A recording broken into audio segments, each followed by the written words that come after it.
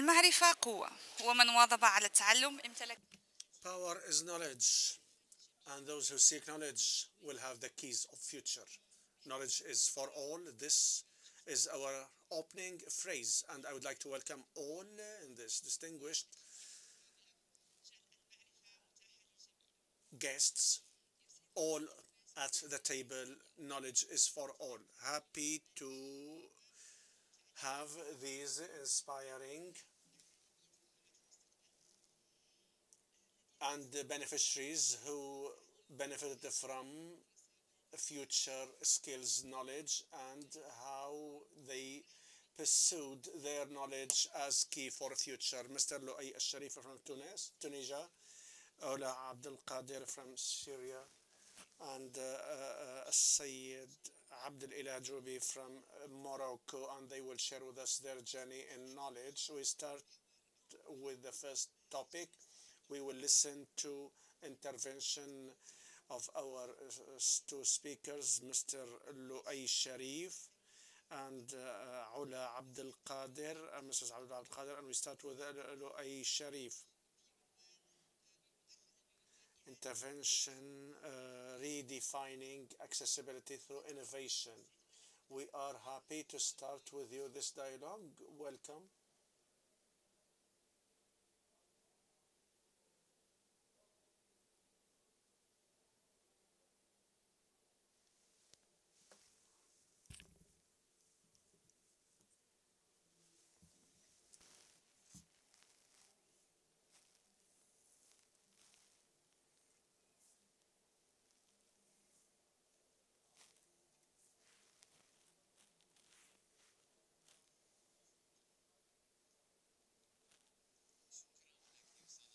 Thank you سيدة زينب ولجميع الحضور موجودين معنا في الحصة at this session in the skills market.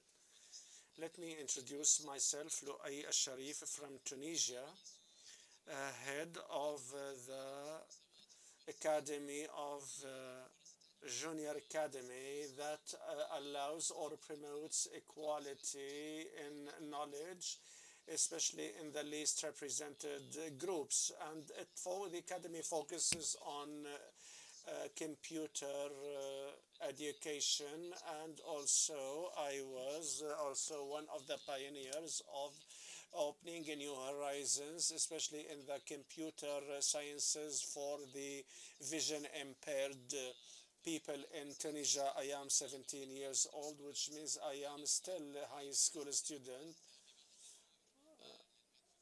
for specialized for the impaired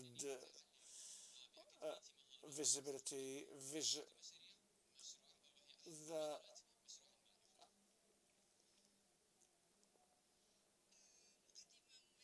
very distinguished and a special introduction of your achievements, and now we'll talk about in the session under redefining the accessibility through innovation. You redefined the concept of accessibility by not by having a place at the table, but building a bigger table. How do you define the knowledge at the beginning? In an African and Arab country with sustainability, to answer your question, which is a clever question, and a place in the beginning, I want to compare before delving into redefining education accessibility. So imagine that we have two students, two youth students studying in the same university, having the same curricula and the same opportunities, same lectures and educational resources. Sometimes we see that the first youth is capable of benefiting from these lectures and resources and capable of changing them into real knowledge for practical skills. The other youth is facing difficulties and hardships, not able to digest the information he is exposed to. it's easy to say that the second youth he is not doing his best. And here we have many potentials, but what I say now is that in truth that the second youth is not able, and he is coming from a less represented groups, because he is having skills or knowledge that are not useful for him or suitable for him, and because of the general or generic orientation for the educational pathway in his school, this school pathway is not suiting his needs at all or capabilities. This youth we are talking about doesn't represent himself only, but represent millions around the world, millions who are not capable to access the uh, educational content and benefiting from this content. In 2025 we are talking about a competitive market in 2030, and we are talking about international competition on knowledge and economic knowledge. How can we imagine that millions around the world are not able to access the knowledge till now? How can we imagine such a situation or a scenario? How can we imagine the future of such people in 2030? More than 2 billion persons incapable to connect with the internet today in the AI age. How can we imagine the future of these people?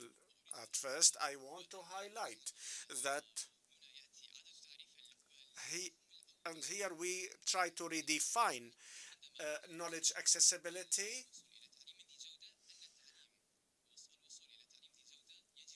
and it must cover all the knowledge journey from start to end. And and here quality is not in the educational knowledge in itself, but the capability of this content to be applied and to be suiting the biggest number of the learners. And this is what I mean by education and knowledge accessibility, and facilitating the transformation of this theoretical knowledge into practical skills. That's how I redefine knowledge and education accessibility. I take you now to the past century. We'll find that audio books is an innovation invented in the beginning for those who don't have the grace of sight, to whom I'm honored to represent, or those who have dyslexia problems. First audiobook was made in 1932. Today, these audiobooks are in high demand, and the market is having big portion for these books. The demand we are talking about increased from society in general, and even more than those who really need these books due to their incapabilities. So dyslexia people uh, could benefit from this audio books, and the standard have changed. And also another example, the dark situation in some applications, or dark mode in some applications, that was made for light sensitive people, and now we cannot see any application without the dark mode. So history proved that society is a need for inclusiveness and accessibility to these innovations will enable a big number of people will benefit and access these skills, and that is of meaning to the whole society, not to the needy itself. The drive and the main drive for this quality education means that we have solutions we touch every day, see every day, but we don't know how to utilize and exploit for some people in need. So solutions are there. We need minds that invest to create a drastic change, providing benefit for those less represented groups.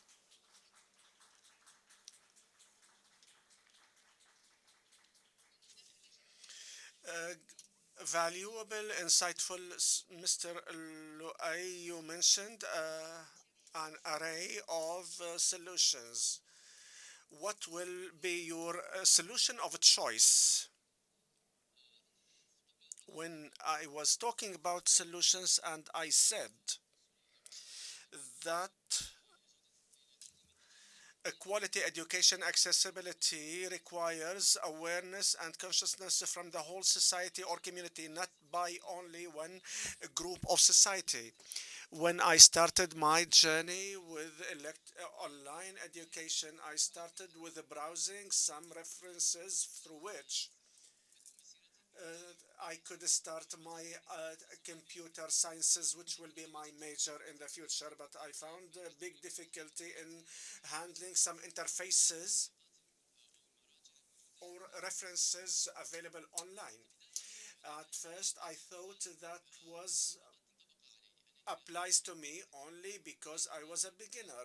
But after that, I was certain that these hardships don't apply to me only, but apply to a big number of people and to the vision impaired people, but also the people who are least represented. What does that mean? There are solutions available, but this requires mindsets that invest. Awareness is necessary. My solution is AI. AI in the recent years witnessed a big growth in AI in the last years, mainly in 2022. But do you know how AI can, in case we invest properly in AI and leverage for the least represented groups? What can AI do today? AI can make the applications interface more compatible to screen readers. This is a technology used by vision impaired people uh, uh, uh, without exorbitant cost on companies. AI also can allocate educational experience to dyslexia people or people who have difficulties in understanding and reading. I would not limit now or count all the potentials of AI and machine learning potentials. What I want to say that investing in these or applying these resolutions require minds that invest, and unfortunately that's what we lack in most of Arab and African states.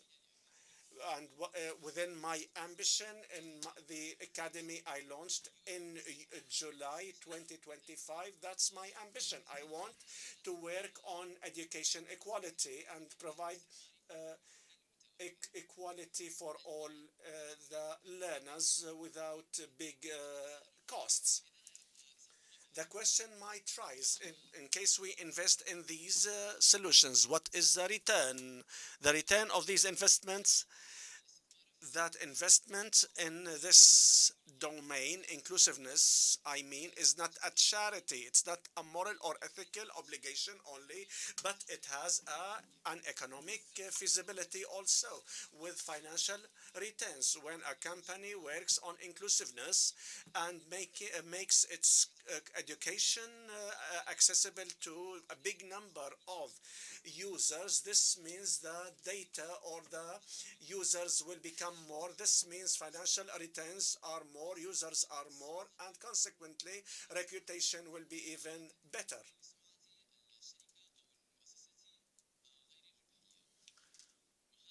This means that to conclude with you, the solutions I said are there, but we need someone to exploit or apply. And once we provide inclusiveness in education, this means we are raising our and cultivate our youth on these ethics, because they will adopt these available solutions and work more on these solutions, which will make our societies more sustainable. شكرا لك. I think it's Loai. So after the doors are opened, we need to find the next step, and let's move to the next topic to Miss Ola Abdelkader from Syria, and she will be talking about a new topic. Can can you introduce yourself and talk about your experience? Thanks. This is the last session, and we are trying to make it brief. My name is Ola from Syria, but I live in Turkey since 12 years. And through the initiative, I have an initiative. We have delivered content to more than 1,000 ladies and women to develop their business, and more than 300 women were able to establish their business, and we have a successful experience. Your journey has many aspirations based on your experience. What makes the shift from learning to real empowerment? Many people are receiving lectures or training courses, and then with the end of the training, he will or they will lost enthusiasm. But the enablement and empowerment of skills is not about enthusiasm and excitement. It's about the application and the implementation in the real life. So I'm going to talk about my experience with the Future Skills Academy. I joined the business administration for the entrepreneurship. I, it's important to apply the skills that you have acquired. So you need to apply the content in your real life. This would be very impactful. And when it comes to business entrepreneurship, so for I am an executive director in a financial company, because the entrepreneurship is part of my work. So the content is not just a learning issue, but I use this content in my daily life. This is very important. So any content that you are consuming, or a lecture or a training that you receive, you need to apply it to the real life or your daily life. So to turn knowledge into a tangible impact is very important. What would guarantee that the good learning will be turned into tangible impact? So that's what we are talking about, to turn or to shift learning into empowerment or enablement. Once you have a content, you need to have examples for application and implementation in your life or your house. So let's talk about a segment that we try to encourage, which are the youth empowerment to promote their communities through acquiring skills. And we are talking about the youth. In particular, my question: how can the empowerment of one young person to make an empowerment for our community? The impact, it's qualitative, not quantitative. So we introduce the programs to thousands of people, but we focus on the people who were successful, or the group which was successful. So we have a role to communicate our success story to other people. So it's moving from an individual to a group of individuals. So we need to focus on the qualitative, not the quantity. So if we are doing an effort and we don't find a result of the effort, so that's why we need to focus on one individual. And this individual or the skillful individual would be a successful example, and everyone would follow him. Back to Loai. From your experience as a youth, how can the youth education can move their dreams into reality? I learned a skill and I teach this skill to another colleague, and another colleague teaches this skill to another one, and then and so on. And this will also be taught to the less represented group. So I learned skills from the Future Skills Academy, which is aiming at the equality in regard to the education opportunities. And starting from this academy, we reach a full network which would teach and get the less represented groups learn.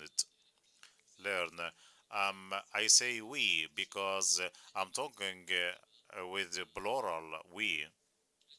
When we learn a skill through the academy or the project of future skills, which give us a practical experience. When I learn the new skill from the academy, so I found it a very supporting environment. This would be very motivating to teach and this skill and to transfer this skill to others. And also this would be happen through learning and also to build a knowledge economy, so the youth can learn such skills and transfer such skills to other youth and to build a more sustainable community. And I would like to ask Mr. Elilah, what does he think about it? We are so happy to talk to Mr. Abdelilah. But before answering your question, Luai, let's introduce yourself, Mr. Abdelilah. My name is Elah Drouvi from Morocco. I am a trainer and a coach in enhancing the individual skills and organizational skills, and I teach. I'm a consultant in strategy, and I am a consultant in the assessment of the programs. I have experience for more than 20 years in the field work and organizational work. Would you like to answer the question of Loai? Can you please repeat your question, Loai? The youth, when they learn a skill from the Future Skill Academy, they can transfer this skill to other youth, and they can build a full network of youth who acquired this skill, so we can build a sustainable community. What do you think? Thanks, Mr. Loai. Actually, you have uh, you have answered the question already, but let's talk to about something else, which is the transformative or transformative knowledge when we go to the next level. So if you have a man who has no skill, and then we move to a person with a skill, and then we move to a person who can teach the skill. So the problem of knowledge, it's about transferring the knowledge to others. Yes, according to your experience, and we care about the future. What what uh, what would how can you define education for the upcoming generation? Education, the definition of the uh, inclusive education environment, especially with such initiatives, it's granted that exclusion exclusion or knowledge exclusion should not be included in knowledge or the epistemology. Why? We empower man, and this is the responsibility of the speakers and the audience. And it's not only about the researchers, but it's about all the stockholders. What is the thing or the accountability or the responsibility to transfer knowledge? So we should include all without exclusion. It would accept diversity and the differences, and this would be fuel for real sustainable development. You talk about the education and the learning environment is to build an inclusive education and learning environment. So, in your opinion, what makes it right to all learners? There are many pillars on which we can build knowledge for all or inclusive knowledge. What is the definition of knowledge? Knowledge is a mental makeup, but knowledge is more.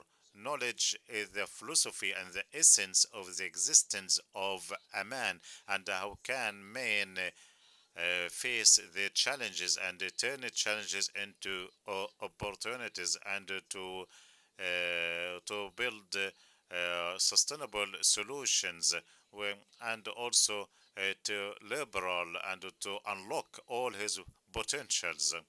What makes the learning environment supportive? So it's about curricula. It's it's about uh, it's about the situation and the behaviors. We cannot produce knowledge.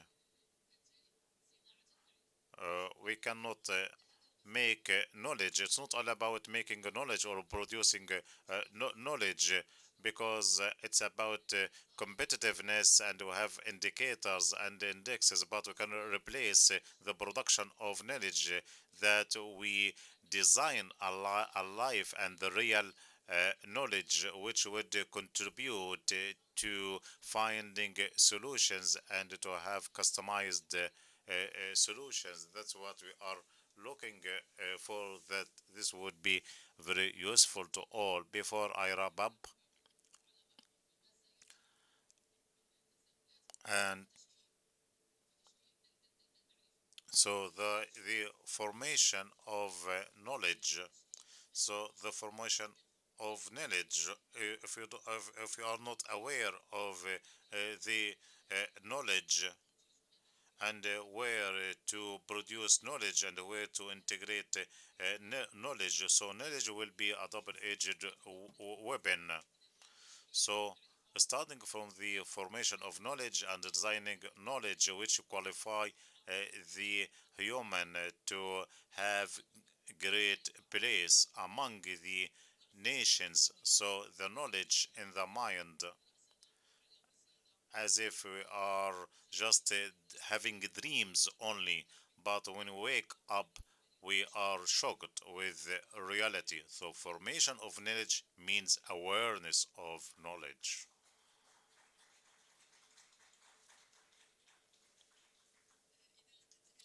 You have been talking about sustainability. With sustainability we can build robust and solid communities and people with high knowledge. So I'm going to ask you another question. How can we move from short-term programs to a long experience? This is a smart question. The second part of the question would answer your question. It's like a, a paper certificate and a theoretical skill. This is the dark part, but the most interesting part is the skill that is embodied in behavior and to be applied in real life. I don't want to bring a problem, but to contribute to solve the problem. So moving from one environment to another environment, so we need to have integrated programs and to transfer or to shift from instructional learning to systematic digital learning. And also we have goals and we have outcomes and we have indicators. Values. What are the values which should guide to everyone who would like to build inclusive learning? Values are the essence of the human as a reference, as ethical reference. Everyone has his perspective, and everyone is looking to the issue from his background. So we have values that is very close to strategy. This value is empowerment and enablement. If this knowledge is not empowered and enabled and safe to use and without constraints and qualify the man to move from theory to practice and hands-on solutions and to focus on solutions for human, not for any other thing. So empowerment is the essence of this value. Thanks, Mr. Abdullah. And now we reach the end of this session, and we have presented real experiences, and we have introduced learners from Coursera. The first topic was introduced by Mr. Loai and Ms. Ala Abdul Qadir. So accessibility is not just a right, but it's a mandatory right that we ask for. And also, if we enable one and empower one youth, he will transfer the skills he learned to others. And also to build a supportive and inclusive environment. This is the vision embodied by the academy to move from a thought or an idea to practice, to build more inclusive communities.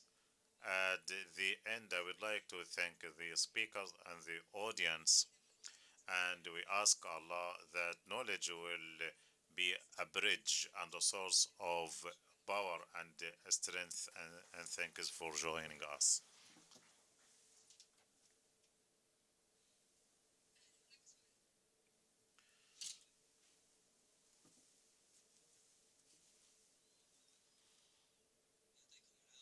Thanks so much for this great conversation.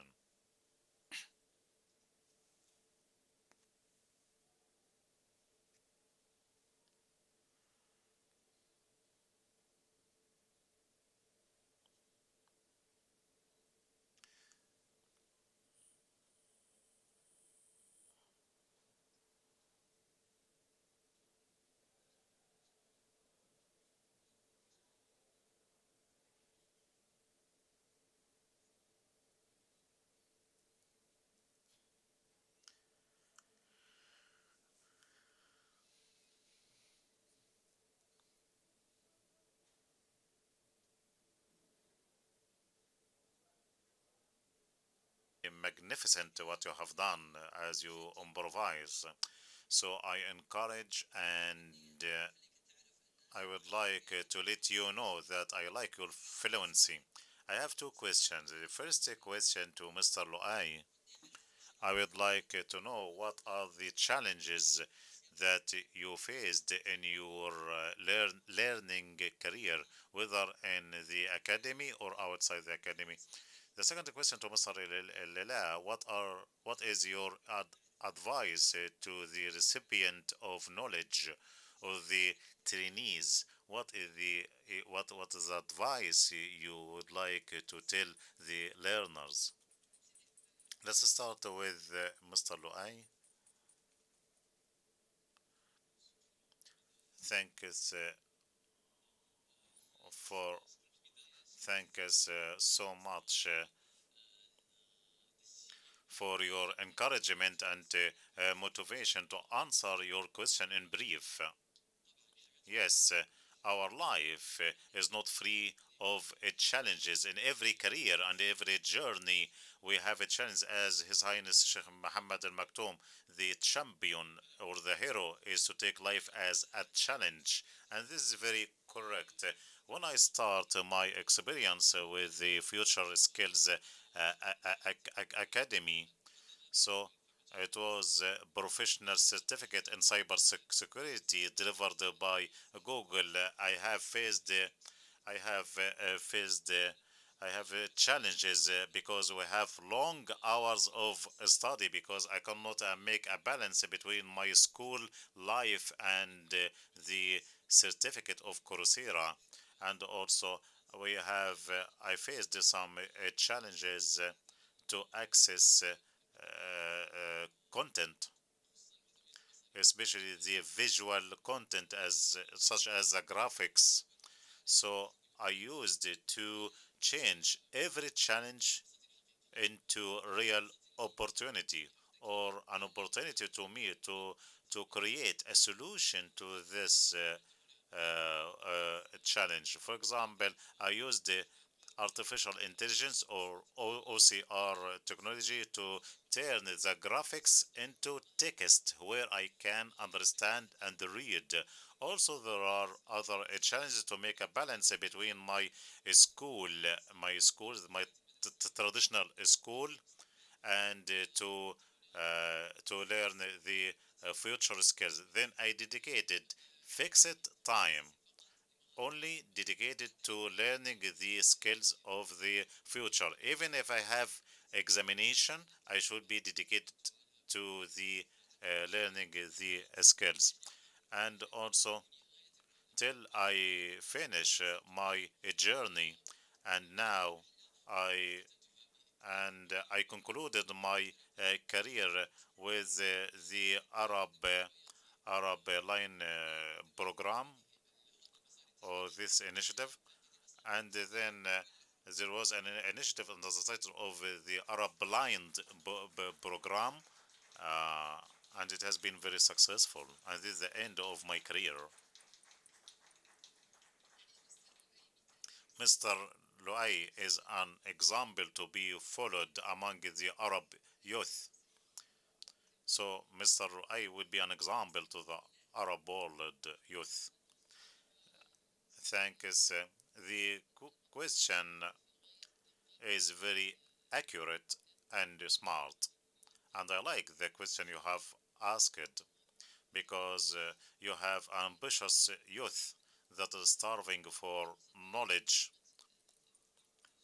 And I say the word starving for knowledge because starving for knowledge has many semantics. If you are starving for water and there was a risk that you drink suddenly and then something bad happened to you, or so you need to drink using a strategy step by step. So knowledge itself is a double-edged weapon, whether to promote the nations or to get you into troubles, unless you have the correct tools.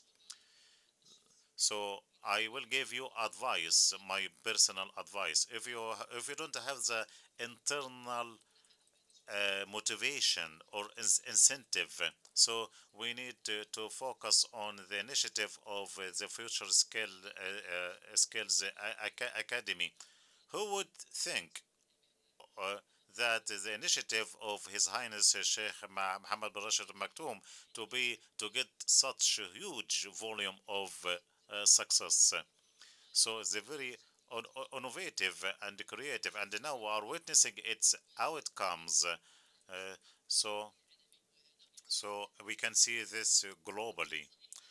My advice, I have many advices, but I just tell you one advice, a small advice. If we understand that I don't have a skill and I don't have awareness of this skill, so my first advice to you is how to plan, to plan to move out from this comfort zone, and I would like also to think about transferring the skills that I have acquired to other people.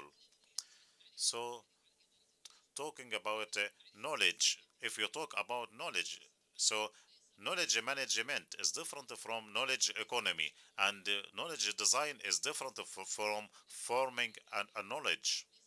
So it's not so we need to assess and to follow up the knowledge. So we have advice regarding the design, the knowledge economy, knowledge management. So you need to encourage and to motivate your team. And thank you so much.